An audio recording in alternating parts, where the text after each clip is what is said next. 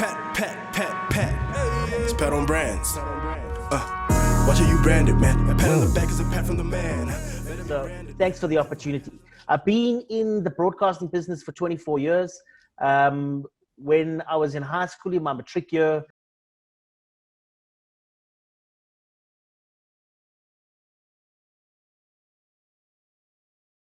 out of a university in Pretoria, and I fell in love with what they were doing because for the first time, people were speaking my language, they were playing our music, and they were doing an amazing thing. And I kind of stumbled onto campus in Pretoria, and I got into radio by accident.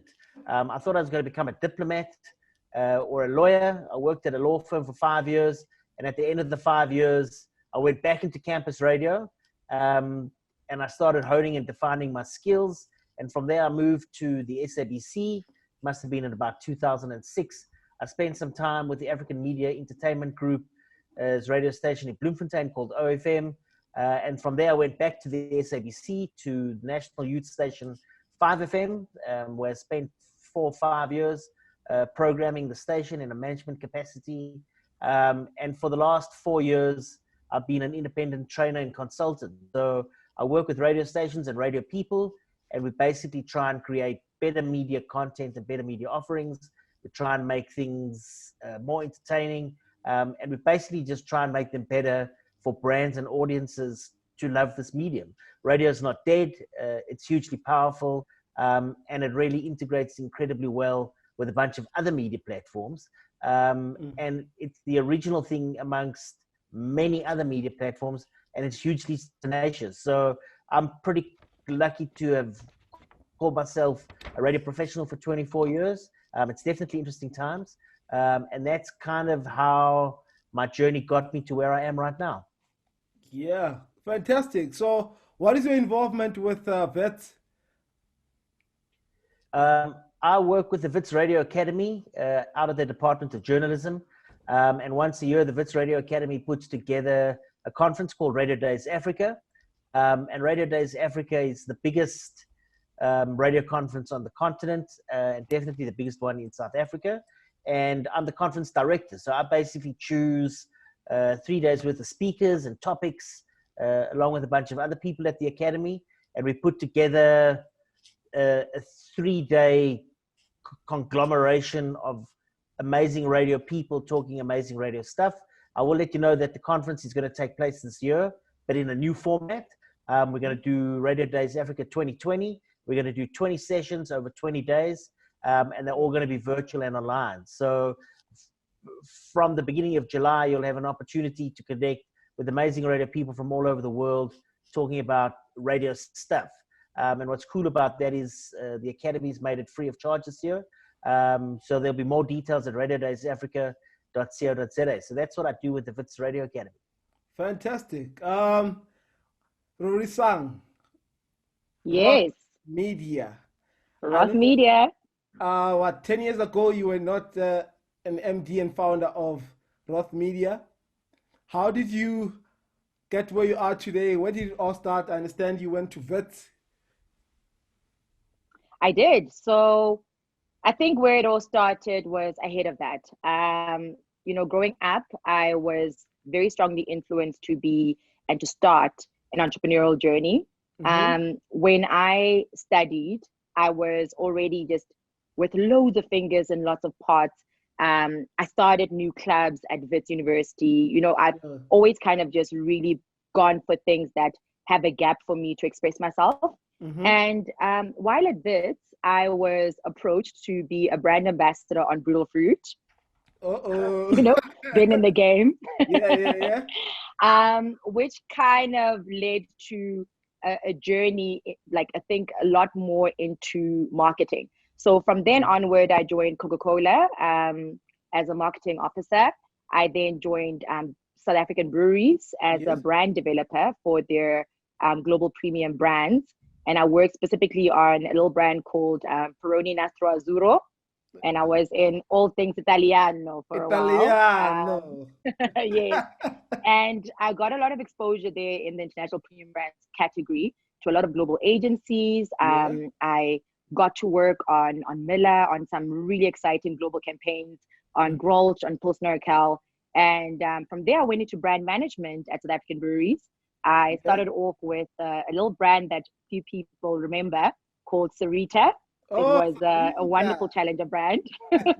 We had a lot of fun on that brand. I then worked a little bit on a brand called Blix and Doyle.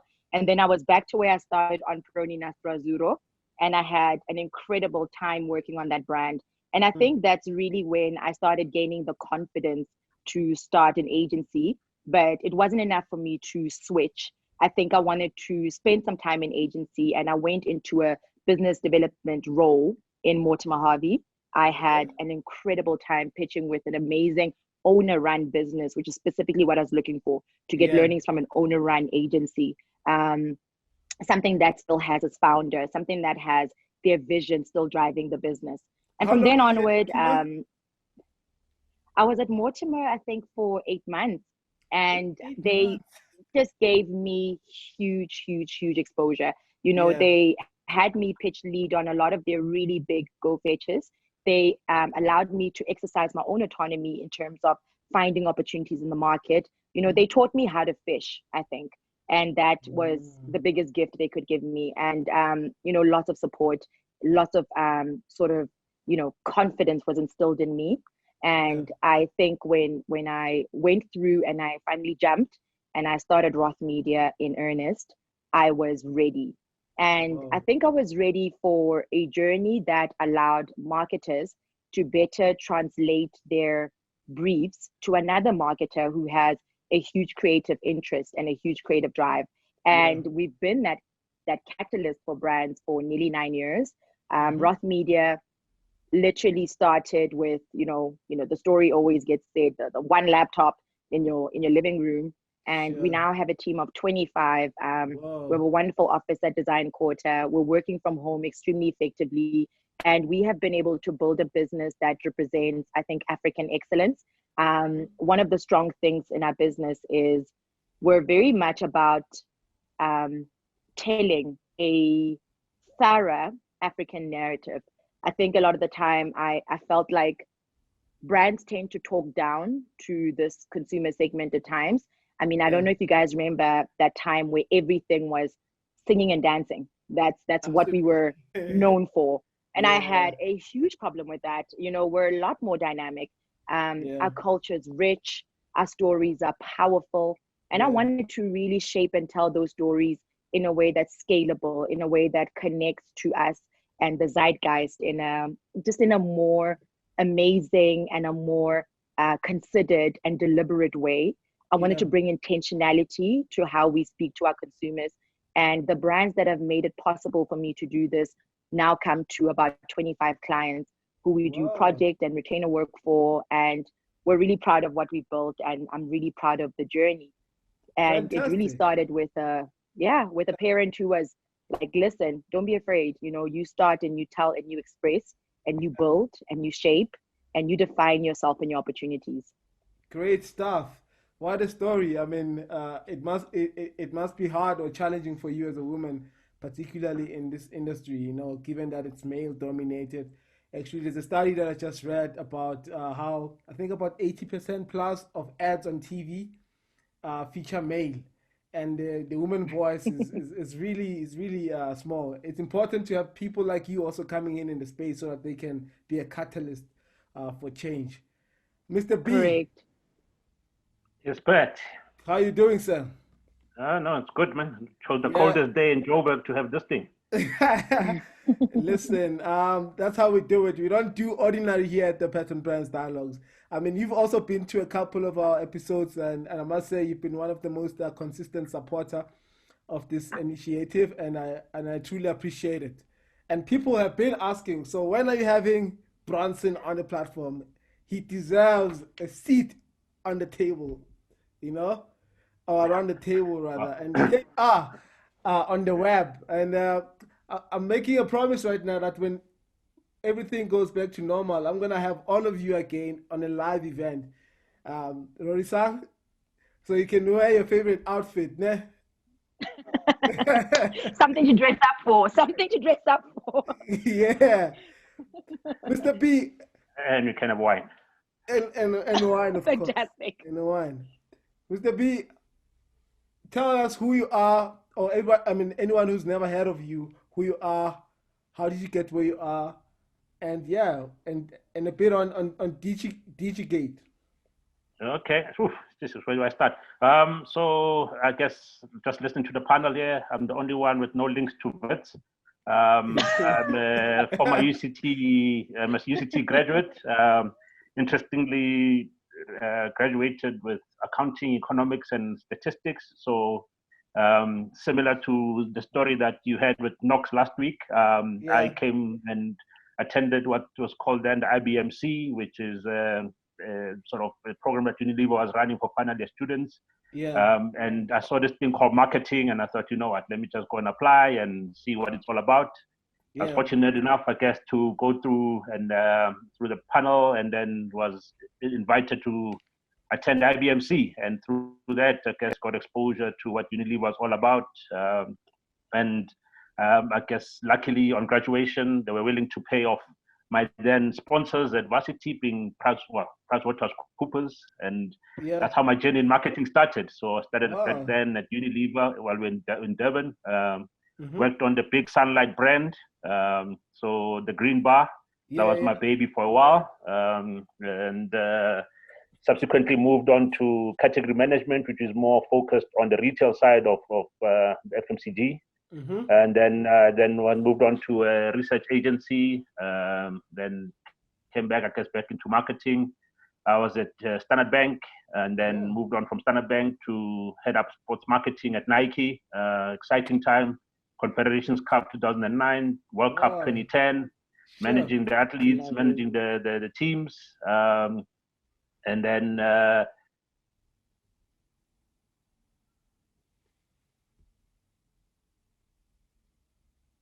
hello, Mr. B.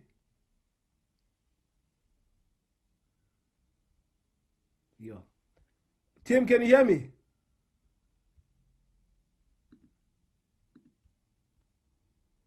I think we lost Mr. B there. Let's see, man.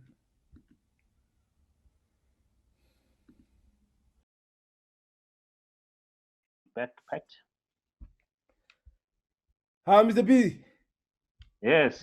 I've given my whole spiel now and my whole history, and I hope you had some of it, and I hope the participants did hear at least. Yeah. The internet is really not doing the most today. Yeah, no, I think I should write you a proposal for a sponsor, for a telco sponsor to come on board. That'll help a great deal. Yeah, so thank you all for sharing your stories, and I think a lot of us can relate in some shape or form. So getting to today's topic, content, media, and sponsorship. And I think I deliberately sort of structured the topic in this fashion simply because of how closely linked these different subsets of marketing are. Like content, you can't speak about media and leave out content, and sponsorship is also a huge part. So in your view, Tim, what do you think has been the impact of this COVID-19, particularly on the content front? What has been some of the changes or trends that you've seen as someone who specializes in this space? So at the beginning of the South African COVID pandemic breakout, we could call that, it was the end of February, beginning of March, I wrote an article where the article was entitled, "Why I Wish a Radio DJ Would Get the Coronavirus." Because at the beginning of the pandemic, I kind of got the impression that no one really knew what was going on. They didn't really have any understanding of the impact of this. And people were basically regurgitating what they'd heard somewhere else. And it was super frustrating because it was the time when, if you were on top of your game, you could really capture the market and you could start doing some interesting things. And I think there's definitely been a shift in the last 50 to 60 days in the way that people are approaching this. Some of the radio brands specifically have done an amazing job of getting experts on board, of embracing the need for social and economic conversations, uplifting content. They've sculpted music features around the things that they're doing. But I think the other thing from a content perspective is some guys have got their timing right. So very often content to me is about the timing. And I think you just have to take a look at this guy called Max Harrell, who got the attention of the minister. He wrote, or he put together that house track, Why People Say, and then the Kiffness went and they made the video around it. So, I mean, I say hooray for Harrell and kudos to the Kiffness. Their timing was brilliant, and they took a very innocuous piece of content and they did something with it. So I think timing is important in these things.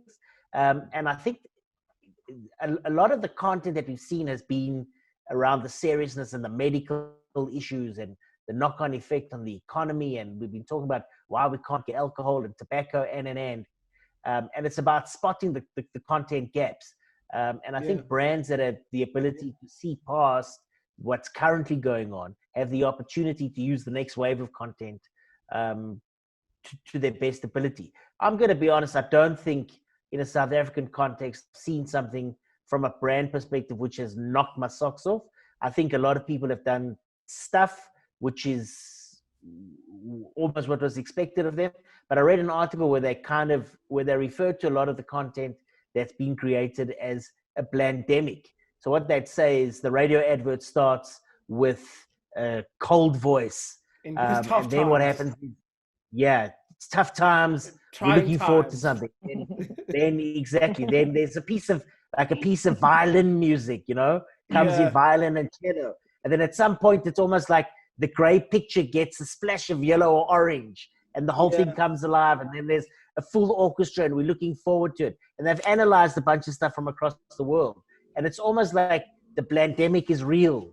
No one's embraced, in the beginning, no one embraced what they could be doing. So I still think there's work to be done from a purely content perspective. But I think a lot of us are being caught unawares because this is the first time something like this has happened, where everyone has got one single focus. It's irrespective of where you are, what your culture, your creed is.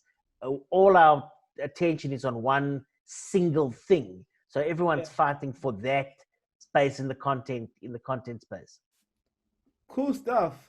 I mean, I think this poses a challenge for Rorisang, who's in like an agency space or creative space where they can create works for brands that will blow people's socks off. So now I'm bringing it over to you, Rorisang. What have you seen, particularly on the media front? The impact of the pandemic, particularly on the brand side. What have you seen in that space? Do you think brands are doing what they're doing, or are they also they also caught the pandemic, as Tim puts it?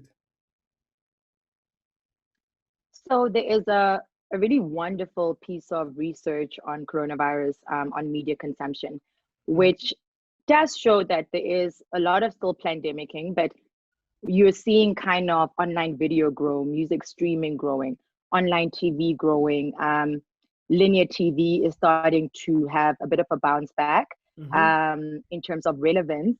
Video gaming is up, podcasts are up, live streams, online press and radio.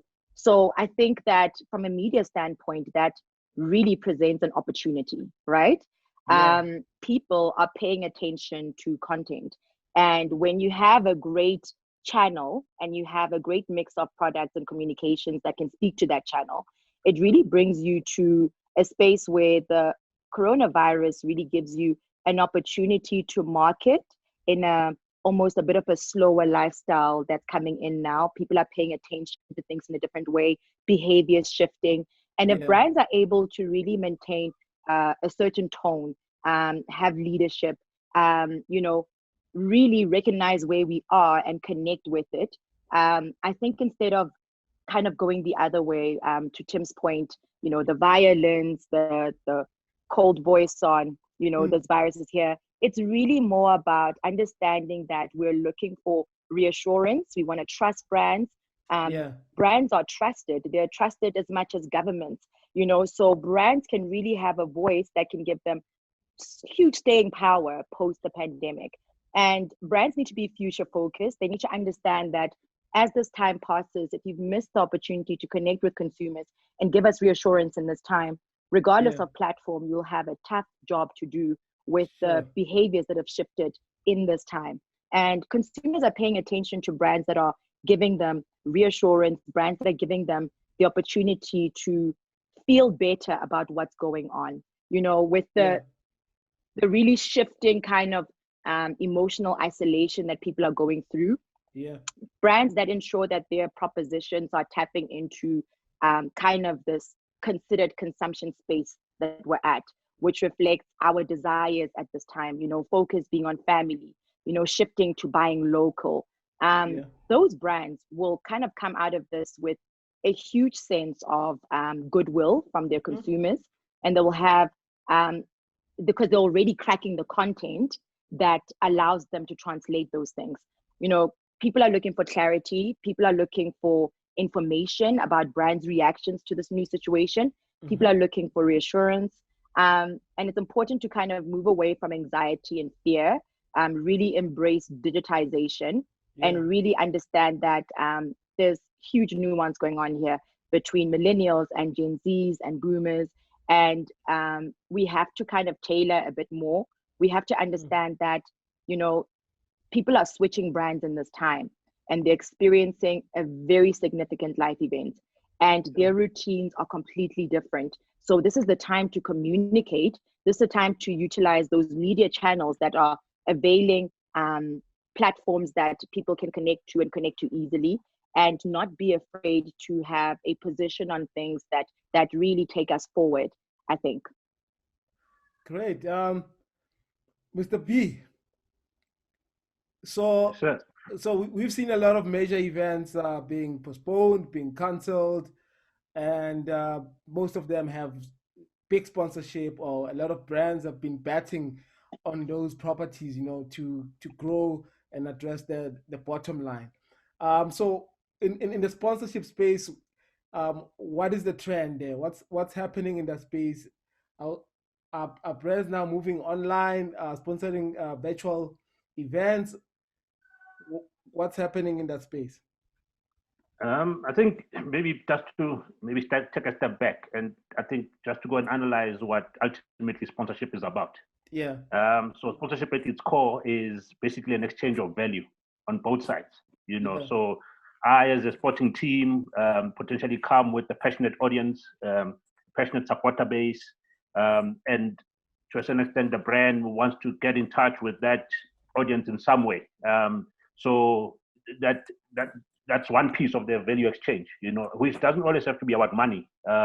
You know, unfortunately, it's always been about, but there's also value in kind and sort of not even just consumer-facing sponsorship that may happen, but B2B, you know. So everyone is speaking about technology. You know, if you're a soccer club, potentially, or a rugby team, you also want analytics. So how your players are running, how fast are they running. So there's always that story that could also come through as an opportunity. So in your question around is everyone moving into the virtual, the reality is that there is no live sport, whether it be out of choice, you know, this is not out of choice, you know, and it's as a result has led to a situation where sponsorship of what it was in the past is now being questioned in some spaces.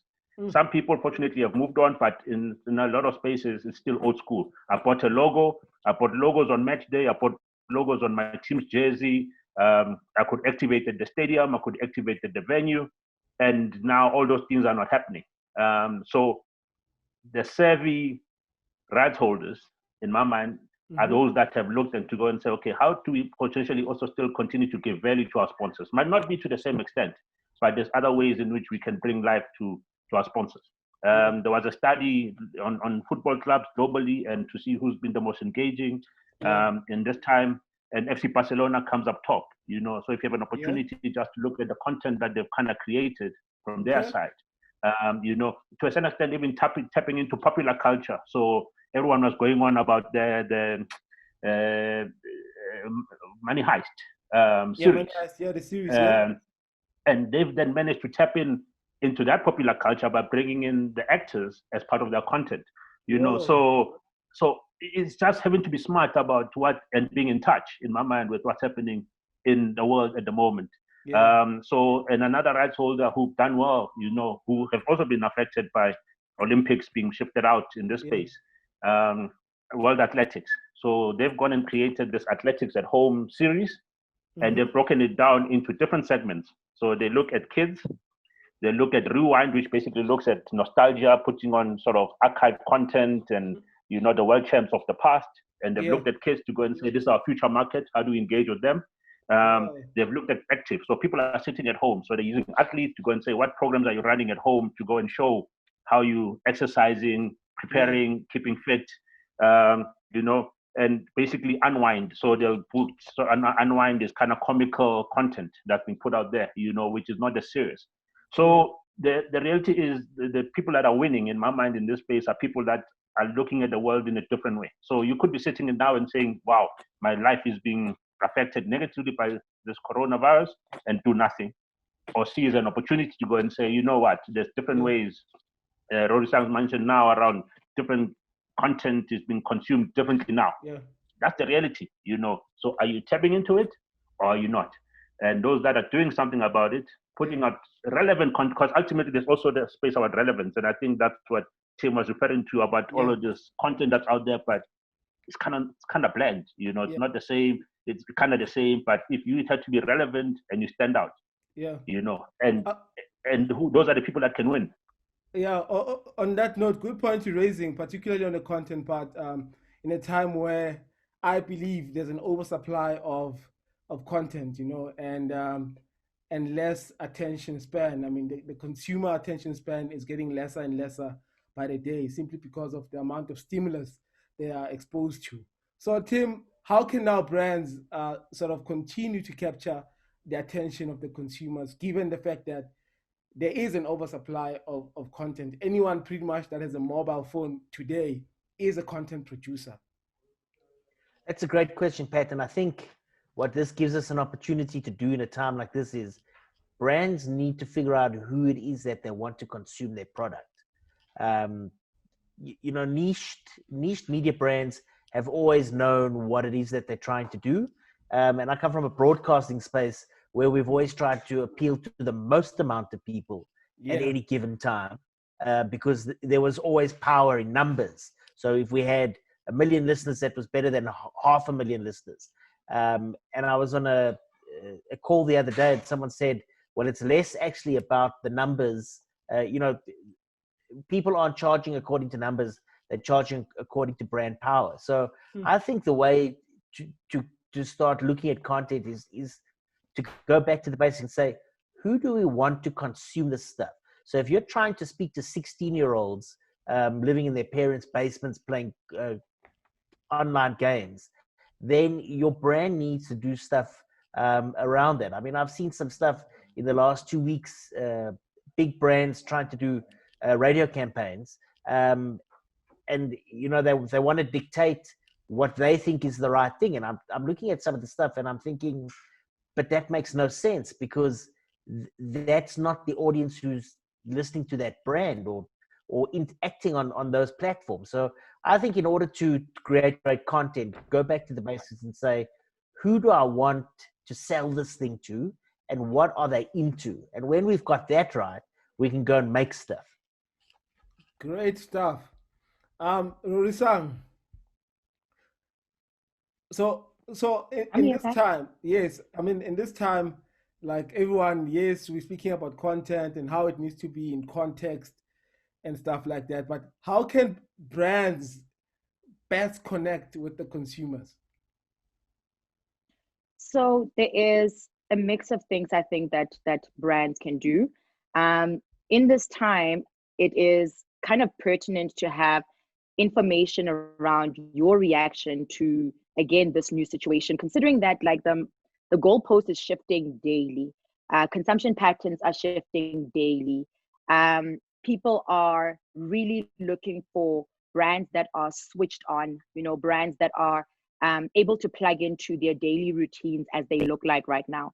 So I think what brands can do to really kind of look at their recovery scenario is the brands have to care.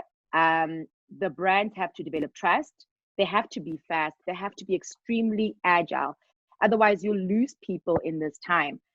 The brands have to scenario plan. We've done an incredible piece of work around safely engaging with consumers at this time. We've dedicated time to just create safety. How can people shop safer? How can people, go into retail and try things safer? How can we create safety for people? And you have to scenario plan around that. You have to scenario plan around, what media is guiding where they're consuming, what are they switched on to, what is connecting with them. And then I think use this opportunity to listen to consumers. We have a lot of research around this, and this methodology keeps coming up across the board. Use this opportunity to listen to consumers and plan for a reset that is going to connect with this. And what that looks like is, exploring partnerships, exploring sponsorships, exploring things that allow you to tell and to give your messaging to exactly where they're listening right now, and allowing yourself to understand what is really the key kind of gripes that people have. So, I think media and content and sponsorships are a really big opportunity right now. This could not be more apt. And the combination of these things, the partnerships and the collaborations that it will unlock, will certainly see brands sit in better stead. And brands should absolutely not be going dark right now. They should not be cutting back their marketing budgets. They're losing an opportunity to connect with consumers when it most matters. This is not the time to cut back with your marketing budget, and they will see declines. The ones that are pulling back on their marketing budgets will absolutely see this declines. We are seeing this research everywhere. Declining brands as a result of, going dark in this time and perhaps being a lot more cautious. It will likely weaken the brand's bond with its consumers, and they'll certainly see metrics, key brand metrics going down. They will see themselves losing really the dialogue with their consumers, and the brand can suffer for more than months post-pandemic. The people connecting with us right now, the brands connecting with people right now, are the brands that will absolutely reset and survive post-COVID. And I think this is like a really key lesson for brand owners and brand managers to really say, okay, we all went through the confusion as this kind of dawned on us, but those that were agile are building enduring relationships on the right channels, with the right collaborations and with the right partners. Fantastic. So, Mr. B, if it is, for rights owners, is exclusivity still a key selling point, given the low barriers to entry? It's a difficult one to say, because I think you go into a sponsorship with certain objectives that you want to achieve, and to a certain extent, exclusivity has its place, because you want to protect that partnership that you've got with the sponsor or association, and in exclusivity also comes with the price. You tend to pay a lot more for that exclusive relationship. But in my mind, there's opportunities to coexist. It's not common that you see it, especially brands that are in the same category to be sponsoring the same sort of property. But at the same time, there's elements where you've got brands sort of mixing in one space. Take Vodacom Super Rugby, with Vodacom sponsoring the tournament.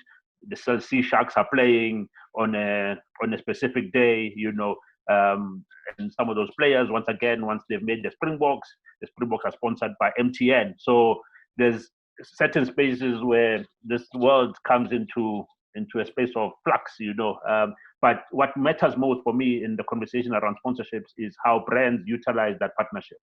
So, the sad part is most times it becomes a logo placement sort of sort of step or action. Sorry, and with that comes, and because you don't put money or energy or time towards leveraging that partnership, you don't get the necessary value out of it. So then that's when the question comes: is sponsorship working for us? But if you don't put the time and energy and effort to make sure that it creates the necessary engagement that you want to have, whether it be the target market, as per Tim's point, earlier, there's target markets that exist, whether it be through demographics, whether it be psychographics, however you want to cut them, gender, age, whatever it is, there's a brand needs to be speaking to someone. So if you get to a space where that connection is lost, then the sponsorship basically becomes a waste. It's like any marketing spend, So if you don't go back to the old 6 P's of marketing, 6 P's, 7 P's, 4 P's, however many you wanna have, you end up losing that essence of why you wanna communicate and why you're utilizing the pieces of communication that you're using, whether it be radio, print, TV. Sponsorship is part of the marketing mix. So sponsorship on its own will not be the thing. It needs to be lived and also understanding why your brand exists. Everyone is speaking about purpose-led brands at the moment. As Rory Sang highlighted, if you're not if you're out there and just communicating with no purpose, sometimes it's best to keep quiet and not say anything. Although it counters what Rory Sang was saying, but sometimes you don't want to be just speaking for the sake of speaking because I need to be saying something. So if it's not relevant, hey, then you miss the mark. You're on mute, Pat. I just want to pick your brain on the rugby example where you have Vodacom, who has like the naming rights for the league. Then you've got Chelsea Sharks, and I think there was an example of a player. I think who was it? He plays for Sharks, and he needed to. He was now being sponsored by MTN because he was part of the Springboks. Yes. In that instance, for example, say you are Cell C, right? What do you do? Do you still want to maintain that exclusivity? How do you play it? No, I think it also needs to be clear around why you're in the sponsorship, because the reality is when you sponsor a team, you sponsor the team. Yeah. And by default, the players that are in the team, not the individual. Oh. So within that dynamic, however, there are brands that will sponsor the team and also sponsor the individuals within the team because they want to use them in a different type of way. Use Land Rover as an example, they sponsor the Springboks, but they also had like the likes of Siya Kolisi and a few other players as part of their individual endorsements. So it's ultimately, again, how you want to use that. However, there's nothing stopping a player who plays for the Springboks, sponsored by Land Rover, to be individually sponsored by VW or any other car brand. But ultimately, it's in what context you're using them, because there's certain rules that apply. You can't be in a Sharks jersey because then it causes confusion. You need to be in your own personal kind of apparel because then in that way, it's not kind of sending subliminal messages that as this team, I play for this team and therefore this brand sponsors the team. No, the rules are clear. And kind of needs to be structured in a way, and ultimately the contract will define what can be done or can't be done. And I think it's also sometimes, I know we always say common sense, but it's not always the case. But at the end of the day, you want to be protecting your own investment in that space. And ultimately, for me, the bigger conversation should not be about that protection of it, but how you want to use that opportunity, in the space of sports marketing. There's terms called guerrilla marketing, where a brand will try to capitalize on a property that they're not necessarily a sponsor of. But guerrilla marketing normally happens because the sponsor or the rights holder have left a gap. That the competitor brand then sports and want to capitalize on. So, and ultimately that's where if you plan accordingly, and if your objectives are met, it's good, man. So guerrilla marketing will happen whether you like it or not. Absolutely. In some spaces, but it's. Do you think that that DJ Sbu example at the Metro Fame Awards, is that a classic case of guerrilla marketing locally? Well, or was it just an opportunity. I guess there's certain rules that apply that potentially his employer at the time believed that he broke those rules. So whether it be his personal brand or any other brand that he could have been promoting, there's certain obligation. Because at the end of the day, there's other sponsors that have paid potentially for that event, and therefore you going and punching a third-party brand is minimizing the value of the property. So you have to protect that property as well. And the reality is brands have spent a lot of money and time to be involved there. They've planned months in advance in some spaces how you're going to come to life, how you're going to activate. And to a certain extent, they expect the owner of the event to protect their investment. So if you're not doing that, then it's not necessarily a partnership, because and that's what you want a partnership where you believe your space will be protected.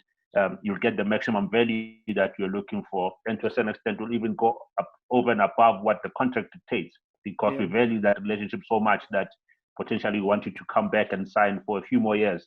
So if we do anything to destroy that relationship, it might then filter out to other brands who then say, actually, we don't want to be involved with that property because they don't look after their sponsors. I see. Thank you for sharing those insights there. Rorisang, I want to bring you in, and together with Tim, we've seen the likes of Cosmopolitan going under. Some people are saying this is a signal that traditional media is dying. And marketers have this thing that whenever there's a new phenomenon or there's a new platform, they tend to say the old one is dying. Do you guys think that, I'll start with you, Rorisang, that traditional media is dying, or that's just a fallacy? Well, if you look at the mix of channels in traditional media, we are experiencing growth on linear TV right now and radio. So I think that the area that you're highlighting is print. Now, I think we would all agree print has been in crisis for a long time. This pandemic does not kind of isolate a new problem. Print has been in crisis for a long time. It is really heartbreaking to see the likes of Associated Media, even Caxton, putting out a release to say that they're going to look at stopping print. But it is a reality of our times, right? So if you look and you scratch the surface, are there print publications that have survived? Sure. What is happening there? Compelling content. It seems that the content survives the almost the overall trend when it is absolutely well placed with its audiences, its readers, and it kind of gives a mix of things that people buy into. So I have seen even like some of the greatest books published, monthly of our time, or even like great quarterlies, go and really express themselves in podcasts, in vlogs, in the digital space as much as they dedicate to the book. So I think you see a crisis in print. Can anyone, really kind of write off print? I don't think so. The world is slowing down again, right? We will be going back to things that in our lifestyle speak to that slowdown. You're picking up a book a lot more right now in this time. You're focusing on TV a lot more in this time. You are going and you're obviously curating your own content online and all the things that you like to see. People are exploring gaming, completely new people that would never have looked at gaming previously.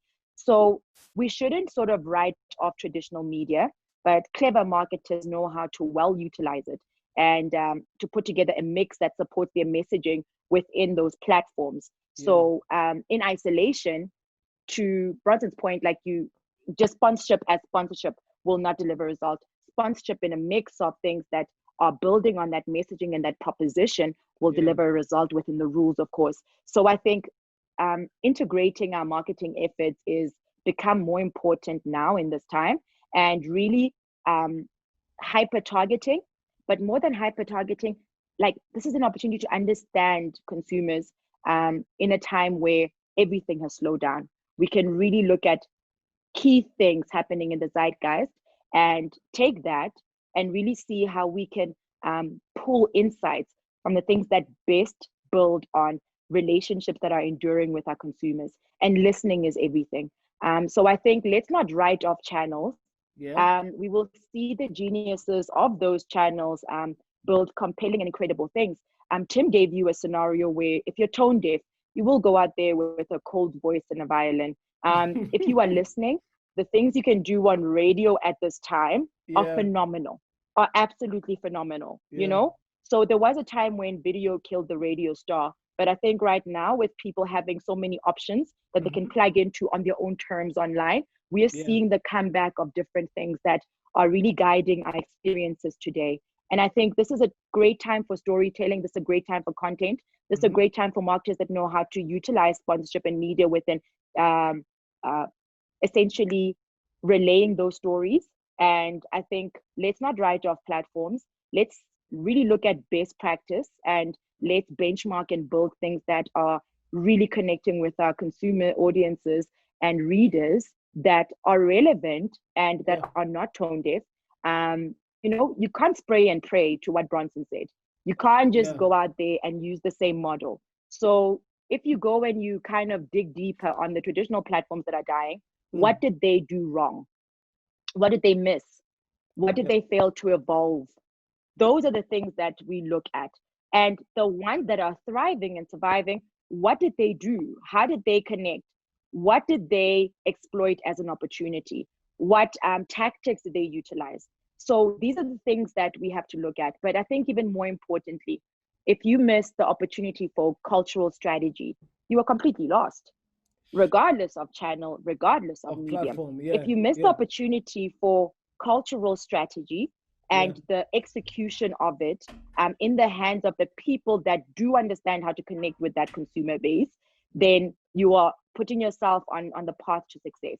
So I think it's really critical that we look at our mixes, we look at optimizing them better. We're seeing a huge return on linear TV and radio. We are seeing that the crisis in print is enduring and it's continuing. But let's see who and what the bold brands are that are able to utilize those campaigns in ways that are absolutely incredible. Fantastic. I'm looking forward to that. Yeah, Tim, Rorisang also touched on podcast and how, like, if you can have a mix sort of when you're publishing a book, instead of just you printing a book and putting it on the shelves and hoping that it will sell. Did we lose Tim there? Tim is right there. Yeah, no, I'm here. You keep disappearing. You keep disappearing, Tim. Must be my connection. Okay. Will podcast replace radio? No, podcasts won't replace radio. Podcasts are, you know, when people talk about radio, I think very often the scenario that we have in our head is the box that used to stand in your grand's lounge was like a physical thing. It's like TV is also a physical thing. Radio is not a noun anymore. Radio is a verb. It's a doing thing. So anything that's connected to creating audio, in my opinion, could be termed as radio. So podcasting is just an extension of what we should understand radio to be. It's been around for a long time, and it's kind of found this new wave. So creating audio it's just an extension of the radio business. Radio and podcasting are not in competition with each other. And the other thing I keep on saying is, you know, people are like, oh, we need to control as much of the audio space as we can. No, you don't. Let people go out and make stuff. If they're an expert at triathlons, or if they're into fly fishing or makeup and face beating, let them make the content. Because if audio content is being consumed and it's strong and there's an appetite for it, it's good for all people who make audio content. It's good for all storytellers when we have more storytellers creating content on stuff that interests them. So radio is not going anywhere. The other thing you must remember, especially in an African perspective, I do a lot of work on the continent, is radio is free. Radio has always been free. And if you do still have your grandmother's radio and people listen to it, it's free. There's no cost. And to replace an FM receiver is really cheap, and to fix one is really cheap. To fix a cell phone or a laptop or a computer or a tablet, it's a nightmare. I was speaking to someone yesterday who's got 7 radios in the house. The radio's on in every room. You don't have another medium which is so easily and instantaneously accessible. So no, podcasting is not going to replace radio. The more people creating podcasts, the better it is for everyone who's involved in branding and content. Fantastic. I think we're going to start taking questions from the audience. Mawe too has had his hand up for quite some time, but I think now, where is he? All right, if you guys have any questions, please type them in. We can start taking your questions. The panel is still here, and they can answer your questions. So, hello? I think sorry, just not sure if you're taking a question, but I think maybe one of the pertinent things that needs to be taken away from this conversation is there's different segments of people out there. You know, us sitting on this podcast and on this webinar are not necessarily a reflection of 80 or at least 5% of South Africa. You know, we sit in a different space. Potentially, we see the eyes through our eyes and the world through our eyes, and we believe that's the world. Many times I've sat in meetings where decisions are made of, this is not happening in my house, and as a result, it's not a reflection of the world. So if there's ever been a thing that's important, not just necessarily for brands, but also I guess for me on the rights holders, sponsorship, event owners, people that kind of create their own spaces, is you need to know what's happening with your consumer. One, upfront, be clear who they are, and 2, understand them as much as you can, because through that is where the opportunities will be unlocked. So the whole thing around the world's gonna go digital. Hey, man, unfortunately, there's still Alexander in our world. There's still Kwatema in our world. There's still Googs. There's still Langa. Yes, it may be digital, but it's not going to be the digital that we know, that you and I know. Yes, WhatsApp is there. There's communication. There's conversations that are happening there. So the power sits in how do you tap into those spaces? Absolutely. And how do you then unlock opportunities through, I think, those spaces? And I think that's where the comments like podcast will kill radio become dangerous, because hey, as I think Tim is kind of terrified that stance is, guys, there's different ways to connect with consumers. You just need to know which one to expect. How do you bring them all together into a proper mix? And that's where success will come. I'm actually reminded of what Zamo Masito usually says. He says the most dangerous place to view the world is from a desktop. And that's what most marketers do. They just run a Google search, and all of a sudden, or an online search, and they look at Twitter and they're like, this is what South Africa is saying. And I think that's really dangerous. We're going to take a hand from Michael Sitlogelo. I'm going to allow him to talk. So now Michael, I can't see Michael's hand now. Okay, Q&A, let me go to the Q&A.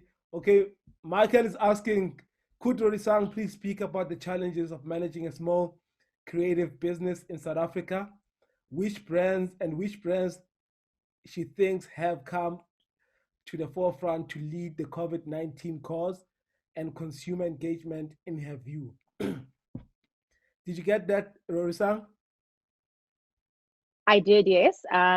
Well, in terms of running a small creative business, like I said just at the start of our talk, there's always been challenges for in our industry, in any case, in transformation across gender, across race, across several things. So, walking in there and being a young woman, being in an agency that is absolutely bold and capable and award-winning, and then having the further challenge of having to really qualify why you are worthy constantly is definitely a huge challenge. I think me and the boys just earlier on with Tim and Bronson were having a discussion around this. But you are really defined by your response to challenges. So for me, there are challenges dime a dozen. Like this agency wasn't born off a huge capital base. It was built off my relationship capital. and my ethic and my hard work, and really kind of building my reputation and the business's reputation one client at a time, doing fantastic work for one client. And that opens up doors, and that opens up doors, and that opens up even more doors. So we will always be defined by our tenacity. We will always be defined by our creativity. Women are incredibly industrious, guys. We always find a way. We always find a way. And it's testament to all the women-run agencies that you see still standing even in this time. And I think one of the other things about a creative agency that is woman-run, you know, we don't throw the towel in very quickly, because we are community builders. We are absolutely foundations and cornerstones of community. And we bet on the community. We bet on what we bring to the table and what we can do together. So I think with that being our challenge, it's also our opportunity, because the community gives back to us in times like this. So it is very important to have a sense of citizenry and citizenship at this time, because it comes back full circle constantly. And then in terms of which brands do I think have really come to the forefront to lead, you know, during this COVID-19 crisis, I don't know if you guys have seen the work that Nike's doing. It is absolutely phenomenal. I go onto the Nike training app, and as I'm on that Nike training app, I'm like, okay, cool. Right. So I'm not Serena, but what can I do? You know? And the fact that they have this so well articulated for even beginners or people that perhaps have confidence issues, but now during COVID, we don't feel like our fitness has gone and that we cannot really build on our bodies and our health. You know, they've made it accessible, and they've made it inspirational. They've made it absolutely, I would say they've made it so relatable that I won't be Serena in this lifetime, but you know what? I can have fun trying. And it's just a great message of positivity. It's a great message of trust that I can still push my body in this time. So I think they've been able to engage consumers in the slowdown of our lifestyle and really connect with the things that are important to us. I would definitely say Nescafe has been an incredible brand in this time as well. You know, they have a proposition running called, you know, life is complicated, your coffee shouldn't be, you know? And just as we sat ahead of this call, I was having my Nescafe right here in my little Batman mug, feeling like I can conquer the world. Shout out you to know? your client. I see what you did there. They are bold. They are bold, and they are daring. And they're icons. And a brand like that has been through most of the pandemics, you know, in their life cycle. The Spanish flu, they've been through the Great Depression, they've been through all these things. And I guess those brands have an understanding that this passes, and this is how we connect to people in those times. But there's also a lot of really new brands that have found a way to connect with consumers by just staying plugged in and listening. And you will see a lot of the time with those brands, it's because they are absolutely connected to, again, just, you know, the zeitgeist. And they are the brands that are representing the mood and the spirit of our time. And they are absolutely unafraid to speak and have dialogue, tough conversations with consumers at this time. And they're willing to listen. And then they're willing to partner and to be led. And when they lead, they bring the most daring propositions. Audacity is important at a time like this. And the people that are, you know, that are bold and have something meaningful to say, to Bronson's point, you know, you can't just be a talking head out there speaking about things you do not know. You have to learn first. You have to listen. You have to connect. You have to open dialogue, even when it's sensitive, to learn what is nuanced and important to people at this time. Michael, I hope that answers your question. I hope I haven't taken up, you know, everybody else's time. Is Michael your brother? Because I see the same name is the same. Michael is my cousin, and he's an incredible marketer. He likes to push me, like coming here with this tough question in the middle of this panel, you know. After this call, I'm gonna look at his profile. Maybe one day he'll also be on this platform, since you said he's a marketer. He's a genius. Yeah, he really is. Fantastic. Tim, we've got a question for you from Abulele. She's asking, in light of the new media being incorporated into the broadcasting space, what are some of the things practitioners and media management needs to consider in order to stay true to the craft? I think the big thing that people who work in radio particularly must remember is that we need to create unique content which is not rehashed from somewhere else. We need to use technology platforms, and we need to put it in front of audiences. It's a very simple triangle proposition.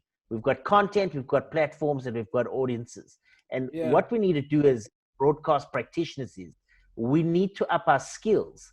We need to go and get more skills to be able to take content that we see and push it to different places. If I like my radio station and I like them on Facebook and I watch their TikTok and I'm watching their streams and their YouTubes and I'm reading their content, you don't have to listen to a radio station to be a fan of a radio station. You don't have to be a TV viewer on a linear platform to be reading some of their fine journalistic content. So my message to practitioners is go out and invest in yourself.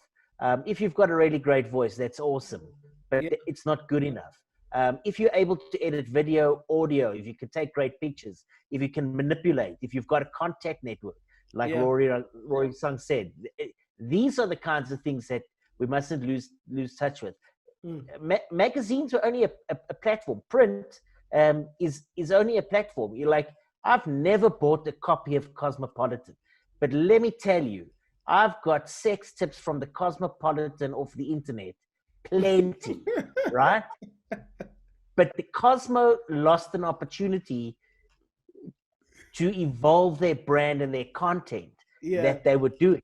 So as any media practitioner, take a look at your platform and say, what else do I need to do to be able to push this somewhere else? Like if you're a radio person, do you understand what activations look like? Do you know what sports marketing means? Like theater marketing. Like, so when a client walks in, you're able to say, well, I can do this, I can do that. I can help you with content that achieves the thing that you're trying to do. Don't be linear. You need to start thinking out of the silos to push your career into a new space. I hear you. Absolutely. We've got another question for Bronson. It's from Musibudi Whitehead. He's asking the global break in sport. Okay, my question is to Bronson, who has knowledge of sports sponsorship environment. The global outbreak in pro sport because of the COVID-19 had some predicting that sports sponsorship would try and find outlets through digital. I haven't really seen this in SA. What is your take? Is this happening? Specifically, are there budgets out there that are allocated to traditional sports marketing that are being redirected to digital? I think to a certain extent I'll agree with Musibudi in that I haven't seen too many brands that also do that, So some brands have been active, I see the Sharks are active on social media and their digital spaces. I've seen the Gauteng cricket guys. Actually, the Gauteng cricket guys are even taking their annual awards online this week, So there's kind of sporting bodies that have embraced digital. But the sad part, and I think if you had the opportunity to look into a lot of contracts around sponsorships, majority of them are match day orientated, So as I indicated earlier, logo on the field, logo on the LED boards, logo on the kit, and to a certain extent are driven by visibility conversations, and not necessarily what digital, I guess, has brought on is a conversation around what does engagement now look like, and what does that engagement that the rights holder or the sporting teams can bring on to the relationship that can add value to the brand. I was listening to a presentation today, speaking of sponsorship guys globally, and there was a comment that a guy made, which I think is pertinent, in that in this time as a sponsor, when you're going to speak to your rights holders, are you walking in with lawyers or are you walking in with a value-adding conversation. Because if you're working with lawyers, you're going to be pinpointing on clauses. You said you're going to give me 30 matches. You've only given me 20 so far because the season is cut halfway off. If I'm a broadcaster, you're not showing the matches that I thought you're going to be showing someone that pay you less. As opposed to a partnership that says, you know what, hey, this thing didn't happen by anyone's fault. But partnership-wise, how can we still achieve objective? Because at the end of the day, brands have an objective, and there's still elements of, in sponsorship, you can still somehow help the brand bring those objectives to life. Might not necessarily be a match day. Yes, it won't be the same, However, there's still touch points that rights holders can tap into to bring the sponsors to life. As indicated when we spoke earlier, there's rights holders globally that are using the spaces and time. Even Rory Sangs highlighted Nike, and she tapped into speaking about Serena, because to a certain extent, sports marketing is the original influencer marketing. Yeah, absolutely. To a lot of people, it's kind of new, but if you've worked in sports marketing, that's how Nike built their brand. They've always used athletes. They're great storytellers. Where, in taking away the next point now is where my dream and hope will be one day is that our sporting teams and bodies will see themselves as media platforms as well. So the triangle that Tim spoke of around content, platform, audiences. And the fortunate space with sporting bodies predominantly is they've got that passion. The passion point they can tap into that. A TV program might not necessarily be able to. Or the brand on its own. And by default is how do you use that passion point to maximize your value and create your own content. In the past, everyone just cared about the TV match on Saturday. But I want to be able to go and see the derby of 1980, whatever it is. Why can't I go onto Orlando Pirates' platform and go and watch that? Okay, the Chiefs. I have to wait for SuperSport. I'm not faulting SuperSport. They've got their own objectives. But if the club or if the team was going to say, okay, in whatever year on this day, this is what happened, and Chiefs suddenly have an interview with Moshin Etugo and he speaks as a former coach, Jeff Butler, Dr. Kumar. Those powerful storytellers are not being tapped into. And that's where the opportunity is then lost. Absolutely.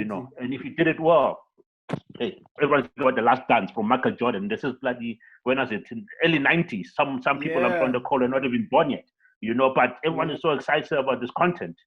But absolutely. It builds for the NBA, it builds for the Bulls, it builds for Netflix, and I think that's where the opportunity is missed locally. And I think I agree with Musibudi to a certain extent. And I'm hoping this becomes a lesson. I'm hoping there's people sitting there and saying, what does it mean for our world? The next round of conversations we're going to have with our sponsors.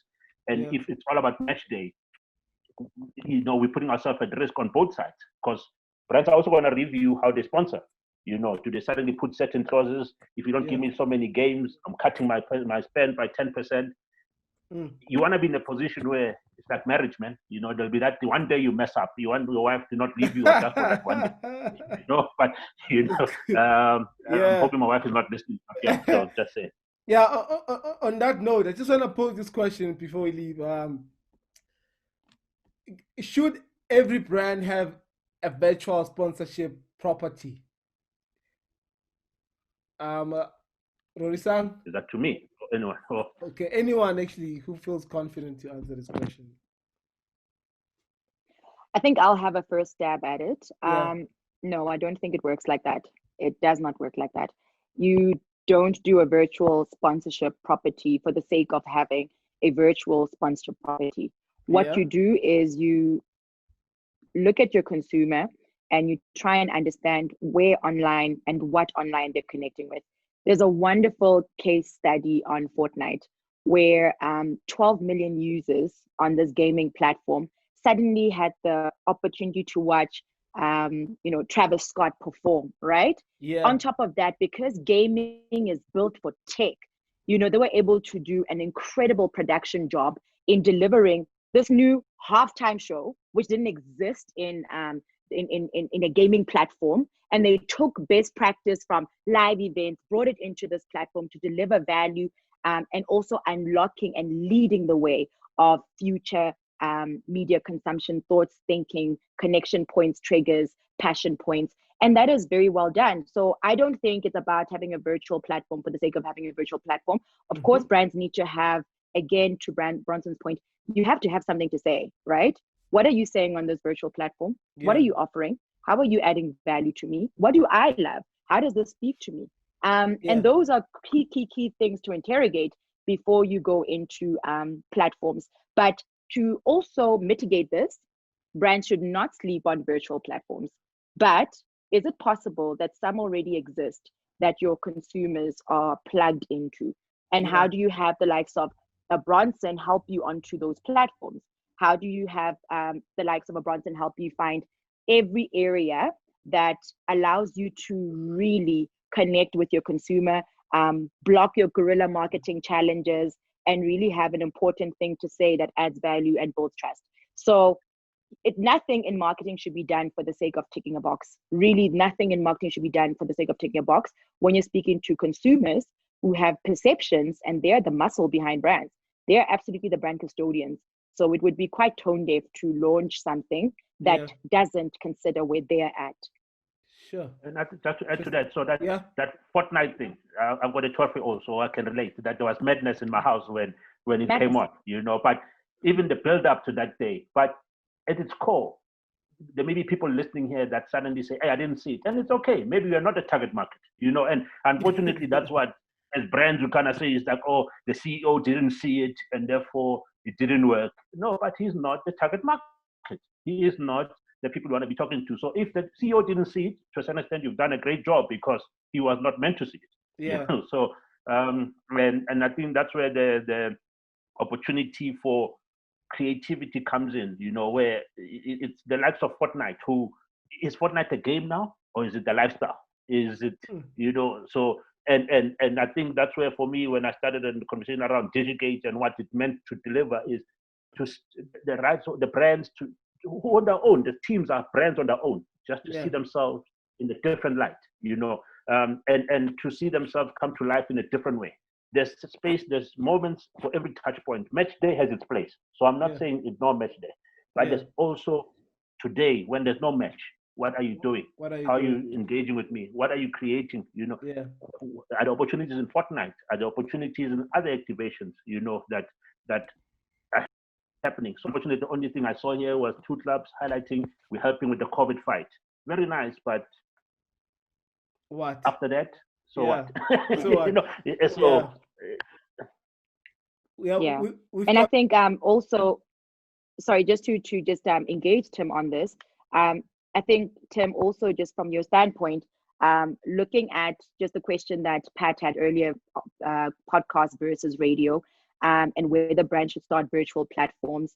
I mean, you can say without a shadow of a doubt that there is huge opportunities in connecting with the zeitgeist by going digital, but having a strong content voice within that. Otherwise, it collapses. I think you'd agree with that, right?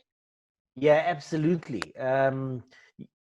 But it boils down again to understanding what your content is and what it is that you want to be famous for and what you're good at and who you want to speak to. So there's a question from Mosibodi again about I think that's a brilliant question. Saying, well, yeah, basically saying there are not any South Africans making any huge money off of podcasting. It's not completely true. There are guys who've done an amazing job. There's a podcast called The Kona Edge, which basically speaks to people who are into triathlons. But this thing was built over time. It probably took 18 months for them to get any critical mass. I think the thing that we need to remember about a lot of this content is that if you make it because you enjoy it, don't expect to make any money off of it. If you want to make money, you need to go and you need to find what people are into, and then you need to try and capitalize on that. And you know, another thing that audio people often forget is, and you know, we look at it, something like Netflix, and you guys have mentioned some series and how brilliant they were.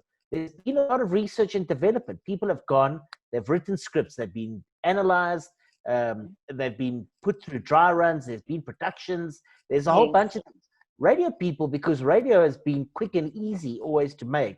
is we want to do the same thing. So what we want to do is I want to have an idea on Tuesday morning, and on Wednesday I want 500 people to give me 100 Rand because I think it was great. It's not. You're not as cool as you think you are. We need to sit down. We need to conceptualize. We need to make stuff. We need to test it. We need to stress test it in different places, and we need to put it there. And then the last thing I want to say on podcasting, and Rory Sung, it speaks to what you said a little earlier about culture marketing.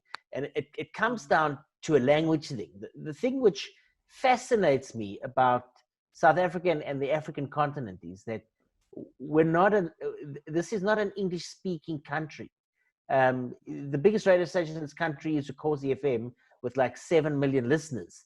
Where are the Zulu podcasts? Where's the development of language-based podcasts? I get maybe at the moment, because of data, you're not going to get critical numbers, but speak to people in their language.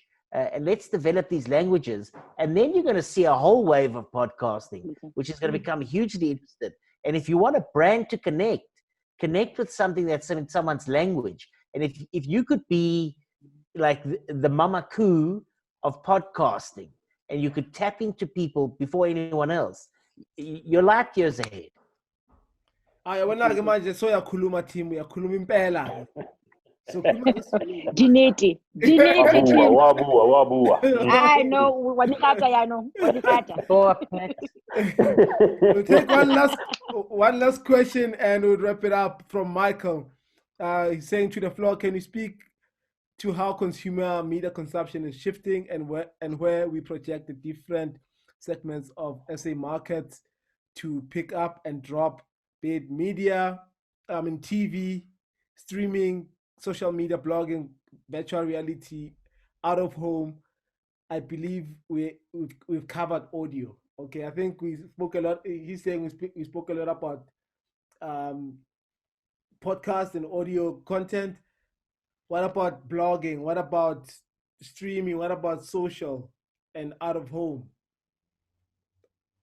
Can I try? I think it speaks to the point earlier around consumer understanding. The reality is certain things are happening and working now because of the context that we're in. Yes. Post this lockdown, the world will be different. Not completely, but it won't be the same as it is today. And the reality is, I know strategists like using this word, this VUCA, this volatile world that we live in with uncertainty, and ambiguous. So that happens every day. And not because of Corona. It's going to happen tomorrow. It's going to happen next week. Something new will be launched. A new product will be launched. We never had a Gautrain as an example, and that definition of outdoor and what it means to ride. And the world changes constantly. And I think for me, the point here is the power sits in curious marketers. Curious marketers will win. If you're curious and you always wanting to know what's going on out there, and I speak on both sides, from the brand side as well, from a rights holder, content owner, platform space.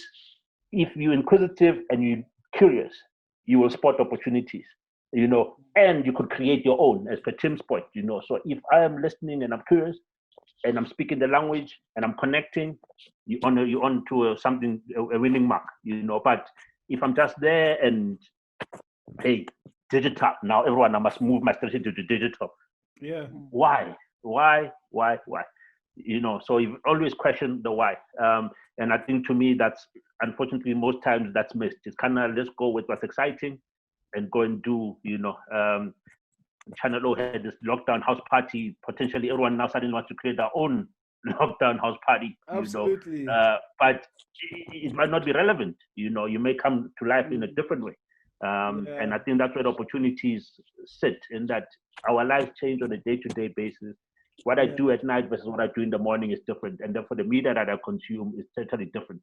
The messages that I'm open to are totally different, just be curious, man. I can see the passion is coming You know, but you need to be hungry to know. And I think if anything that should be taught at varsity on marketing is just the hunger for, just be curious. Be like an anthropologist. Just go and find out for the sake of finding out, man. Yeah, fantastic. Thank you so much for your time. I think we had an interesting discussion. And Tim, you're certainly not the last white person to be on this platform, and it's not for white people. I mean, for black people. I'm the first. Right, guy. Blackest which is great. Pioneer. Yeah. But thank you so much. I personally learned a lot from what you guys said on this platform, and I'm sure the audience also can relate to this, or attest rather. And thank you so much once again to everyone that made an investment and purchased their ticket to be on this platform. And it will be available in the podcast version, so you can catch it later when you're catching a bus or a train, or when you're working out at home, so you can listen to the podcast. And also, the plan is not to. I'm actually Musibudi's point when he mentioned that he doesn't know of a single podcaster, in the country that's making a living out of it. And sometimes, like Tim said, like if it's your passion, then you don't need to get paid for it. That shouldn't be the motivator for you to do what you need to do. And for me, this is one of those passion points. And through this platform, I've met a lot of people, and I'm learning a lot. Rorisan, thank you so much for your time. I truly appreciate it. We've been talking for a long time to say, hey, you gotta come on. And Mr. B, thank you once again for making time and always showing support to the platform. Tim, I guess I'll hear you on radio. When are you on? No, I'm not on the radio. I'm kidding. I'm to being on the radio. I'm finished. I'm just pulling your leg. Have a great evening, everyone. Thank you for tuning in. Thanks, Pat. Thank you. Cheers. Musibudi, the podcast is on Apple Podcast. Just search for Pat on Brands Dialogues. You'll find it there. It's on Apple Podcast, SoundCloud, and Spotify. Cheers. Pat. It's Pat on Brands.